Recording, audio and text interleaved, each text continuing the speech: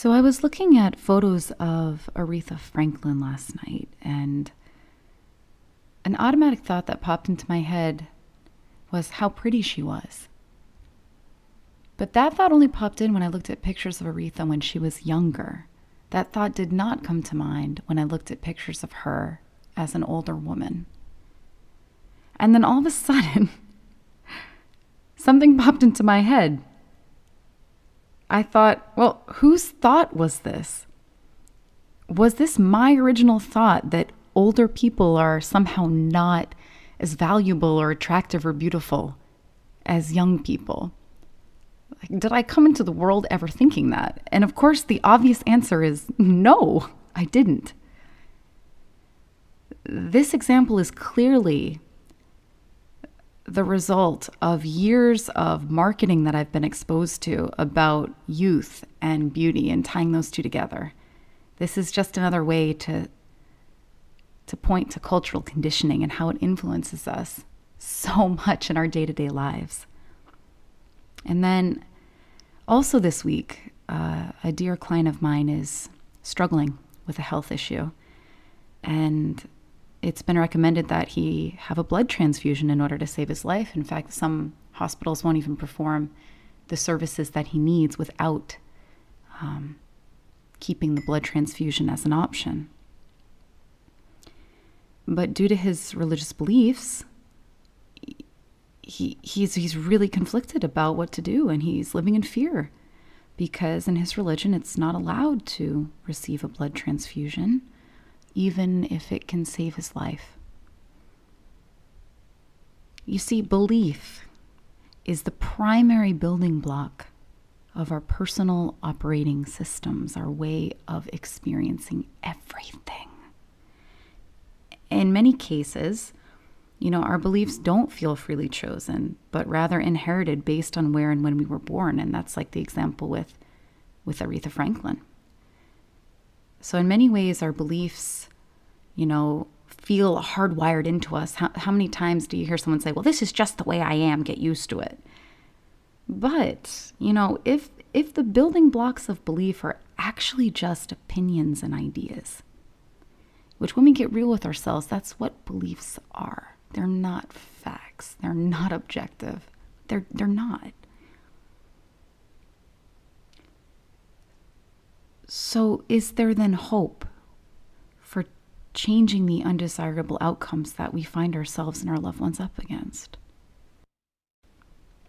Just like an outdated computer, sometimes I kind of think that we're running basically on Windows 2 right now as a human race versus Windows 10.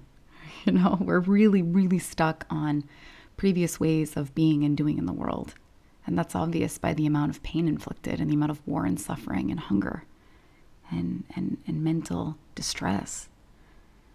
But maybe it really isn't all doom and gloom. Maybe it isn't just the way it is. Maybe we've actually created this as a race. And if that's the case, isn't it possible then that we could upgrade our own operating systems one by one?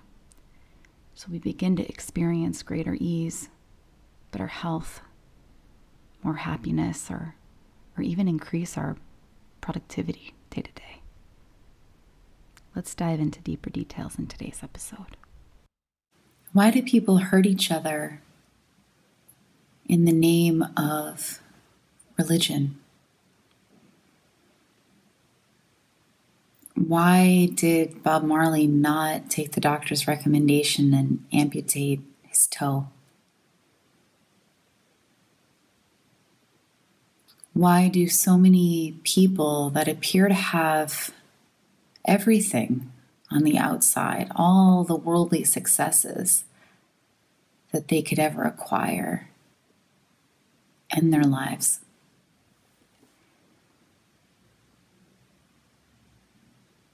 You're listening to What We Should Have Learned in School, and I'm your host, Amy Leo. And I feel really inspired to talk about what's behind those three scenarios I just depicted. Because from the outside, it may seem like the actions don't make any logical sense. But for the person who's engaging in those actions, whether someone is fighting a holy war or Bob Marley's decision to not amputate his toe, even though there was a cancer growth there, or especially this one, it just shocks us when someone that we know, especially, that we had no idea that they struggled so much internally, ends their own life suddenly. Or when our favorite idol, such as Robin Williams or Avicii or Kurt Cobain, or the list could go on and on. We find ourselves shocked and trying to make sense of what just happened. How could this have happened? How could all of these things happen? And I really want to point you to the notion of belief. That belief is so much more than just fancy self-help lingo. Our beliefs are our framework for the world. It's where we reside. It's our comfort zone. It's how we make sense of everything. So even someone that maybe engages with disempowering beliefs, unhelpful beliefs, or potentially harmful beliefs, from the outside it looks that way anyway. Even for those folks, this is a guiding beam of some sort. Our beliefs are what inform our behavior.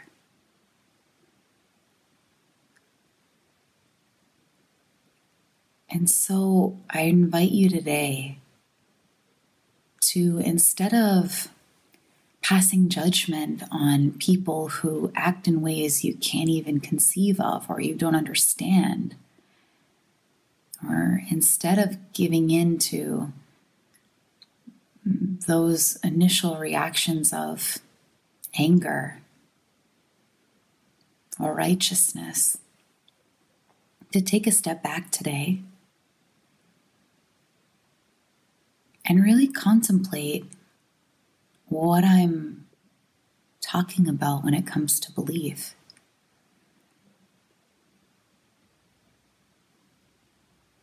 And is it possible that some of the beliefs that you have that you believe keep you safe because they're comfortable and they're repetitive and they're known territory?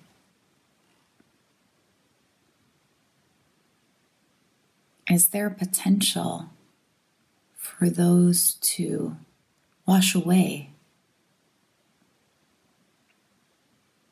Not by forcing them out, not by willpower, not by pulling yourself up by the bootstraps, but by sitting in this space of asking questions from a neutral space.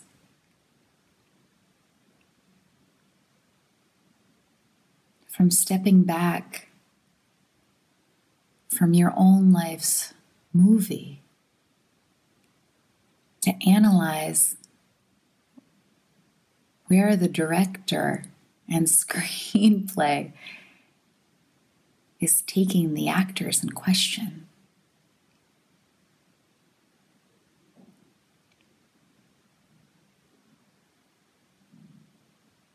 Beliefs play a role of both kind of a director and the screenplay.